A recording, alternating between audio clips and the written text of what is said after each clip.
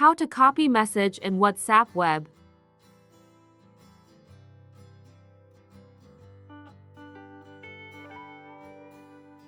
Add this extension in Chrome from Chrome Web Store.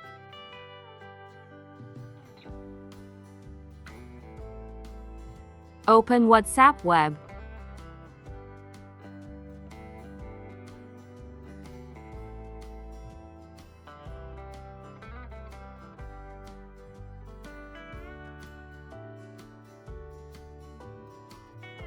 Open that extension.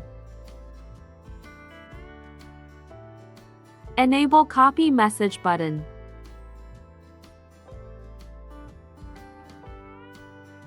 Here you can see Copy Message button in Conversation.